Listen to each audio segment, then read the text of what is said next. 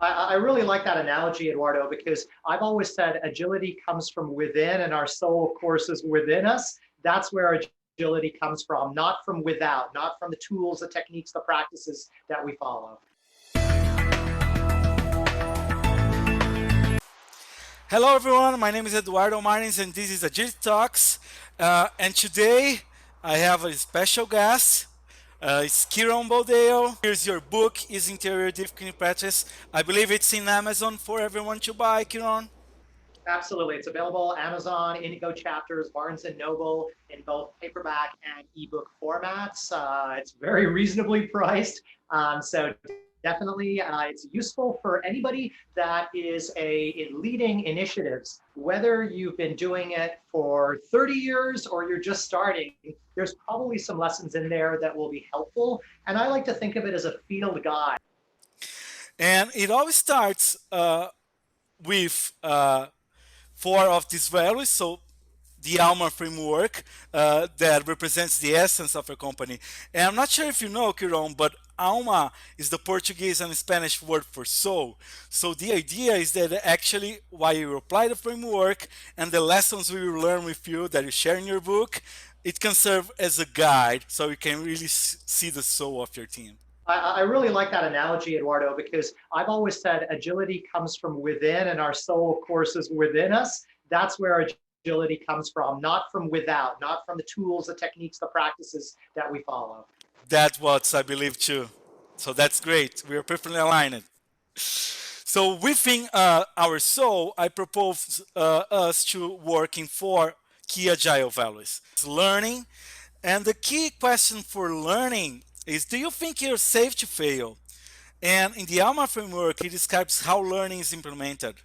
Uh, and we are talking here about much more profound things than, say, occasional training, cycle reviews, or reviews baked in the process. We're really talking here about establishing a learning culture, about psychological safety, about really setting the stage to have a team that can learn and have the space for that, right? Absolutely. And I picked three of the articles that are in my book that talk directly towards learning.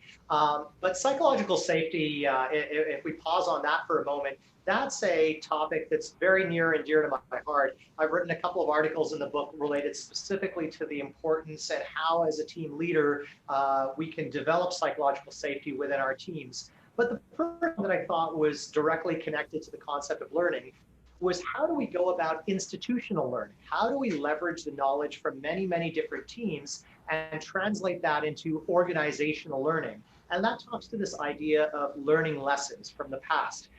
One of the challenges which I encountered, and I'm sure you encountered as well, Eduardo, is you work with companies that they wait till the end of their project, they do a lessons learned session, they capture these lessons in a document somewhere, and they throw it into an archive. And no Exactly. one, no one ever looks at that ever again. So all that great they, knowledge.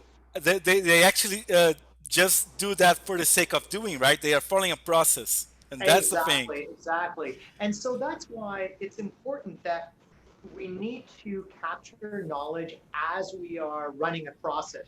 But it's not just about identifying knowledge, it's about how do we share it. If we put it into a document, or even if we put it into a knowledge base, the expectation is someone's actually going to take the time to go and search for it. And everyone's really busy. They never will do that. And so that's where we need to get better at first categorizing and cleaning up our lessons to make them useful. There's that need to scrub them, to curate them.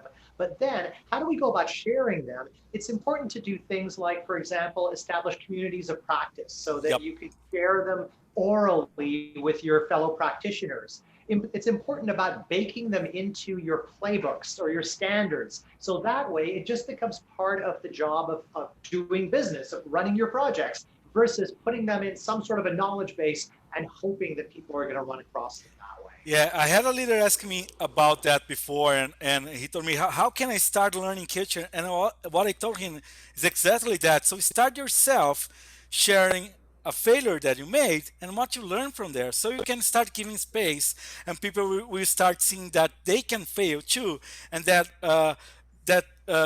they can share too with the others. So one thing that we did for that particular company is actually embedding the process itself, share community practices like sessions of sharing. So using the time that we had for the retros to do something that's much more beneficial for the team. Like today we are going to talk about databases and share, right? So creating spaces for sharing. I believe that's the key thing for a learning culture, right? And if you actually do not cannot like foster that within the teams, start from the top. Start you sharing a learning that you made, a failure that you made, and what you learn with that. I would agree. And as you mentioned about retrospectives, there's a lot of great ideas out there about running good retrospectives. But some of the ones that I share are when you start to get in a team that has been working together for many months, retrospectives can start to become almost irrelevant. They start to become Exactly. stale. And so how do we go about continuing to get value from them? So, I mean, some of the ideas that I share in the book are things like you have to have psychological safety within the team for retrospectives to be valuable Yeah. because people are not going to open up. They're not going to really share what they feel could make a difference if they don't feel safe. So that's the first thing. We need to make sure there's psychological safety to get value out of our retrospectives. Another thing that we need to get out of them is we need to make sure that we're being data driven. So rather than just say, oh, what do we think is going wrong or what do we think is going right, look at the data. What value have we delivered? How many defects have we had? What do our last customer surveys say? Let the data drive where we will focus our discussions. One of the challenges I find when we do retrospectives over and over again is the scope of the retrospective is too broad. It's like, think Exactly. about the last sprint, come up with stuff that could be Yeah. improved. Well, that's too broad. Focus it on a specific aspect of the team's delivery, and you might get better value out of it. And maybe the final thing I'll share around retrospectives Uh-huh. is we need to do retrospectives on our retrospectives. And I think that's something that we don't do enough of. After many of the Retro of teams the I've retros. retro on the retros. Many of the teams I've worked with, after a few months of delivering in an agile manner, I'll go and I'll ask them and I'll say, well, what do you hate the most about agile? And they'll say, I hate the ceremonies. And so that's why we need to retro our ceremonies as well Exactly. and figure out how can we make them more useful. Yeah, and this is funny that you brought that up because like sometimes people always try to stick within the method. There's no better method. Again, if we use like discipline agile as a background here, there is the method or the process or whatever that works better for your situation, right? And I always tell like when people ask me like, what's the best method, where to start? Start with something and improve from there. And you really do not need to follow all the ceremonies or you really need to see what sticks and what works best, right? So I got questions like, okay, let's what's the best? Let's start with Scrum or Kanban. I told, I don't know. Let's see what works best for your company and go from there, right? And sometimes it's even about drawing the process from scratch, and it works much better than following any of the methods, right? So we go back to old concepts like lean concepts as process drawing, value-driven approach, like things that we know and were there for years, but we kind of forgot about it when we start like following blind processes. Exactly. That's absolutely key. I mean, the first step towards learning is to recognize that what worked for us before is not going to work for us in the future, and to leave ourselves open to learning new ways of doing things. That's why, to me, the most powerful sentence in the Agile Manifesto is that very first sentence: "We are uncovering better ways," and that's the Exactly. key. That's the key. There's no best way. We're always learning. And people normally forgot about this first sentence. You're right, Kiron. You got it. You got it. And then the final article that I thought was very relevant to the concept of learning is it's a question that I'm always asked, whether it's in online communities or in the classes I teach. This It's is a how do you great go question. from being a leader in one industry to being a project manager or a leader in another? So I'm a construction project manager. I want to get into IT, or I'm a events manager. I want to get into marketing projects. How do I do that? And this goes more towards the concept of personal learning.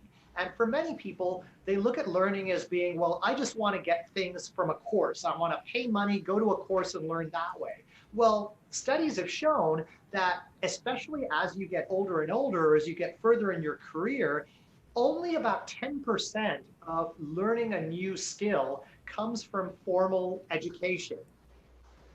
90% is going to come from two sources. One is the relationship based Yep. learning that we get, basically the peer level learning or learning through a mentor or being coached. And 70% comes from experience, actually doing the work. The And work. so Yeah. when we look at somebody that, let's say, is a construction project manager and they want to get into doing technology projects, that's fine. They can take a degree program or take some courses in IT, but that's not going to be enough. They need to Yep. look at finding a seasoned IT project manager as a mentor. And then they need to get some hands on practice, maybe job shadow or volunteer and learn that way. That would be the best way to go about learning. Yeah, and it's interesting that you brought that, Kiran, but because for me, project management is all about soft skills. So project management is not about learning SAP 5.1 to be able to deliver it. It's not about taking a course, even in discipline agile, right? Because if you do not have the experience, you do not even know what to do with the DA toolkit, right? So again, project management is all about soft skills, and as always. Taught this way. And it's interesting here, and I'm going to illustrate some market differences that I've seen in my home country to here in North America. Like recruiters here, I believe that a majority of them still has this head of I need a project manager for SAP. I Right. need a project manager specifically for version XYZ of this Correct. software. And this is not right. It's not correct because a great project manager is not made of technical skills. It's made of great soft skills, right? Exactly. Having said that, though, I mean, there is something to be said for you need sufficient domain For knowledge sure. to be effective, and that's why it was really great when many years ago PMI went from focusing on just general learning for recertification to the talent triangle, where one Yep. of the legs is that domain knowledge, because they recognize that even though the hard skills and the soft skills of project management, I mean, stakeholder engagement, building a schedule, managing a budget, those are portable to any domain. But if you know nothing about the domain that you're managing a project in, To be it's much going to more be difficult for you. it's much more difficult. It's hard to get that credibility with your stakeholders and with your team. It's very hard to be able to ask, as you said, the right questions. And so that's Exactly. we need to learn a certain amount, but it doesn't mean that we need to be an expert at it. Exactly. And this is all about like uh, engaging and empowering teams, right? And people to do the job. I believe this is when you talk about a more agile concept or agile mindset, we are talking about that. Like the whole project manager is making sure that people are empowered and enabled to do the job and feel motivated about it, right? Correct. A true servant leader.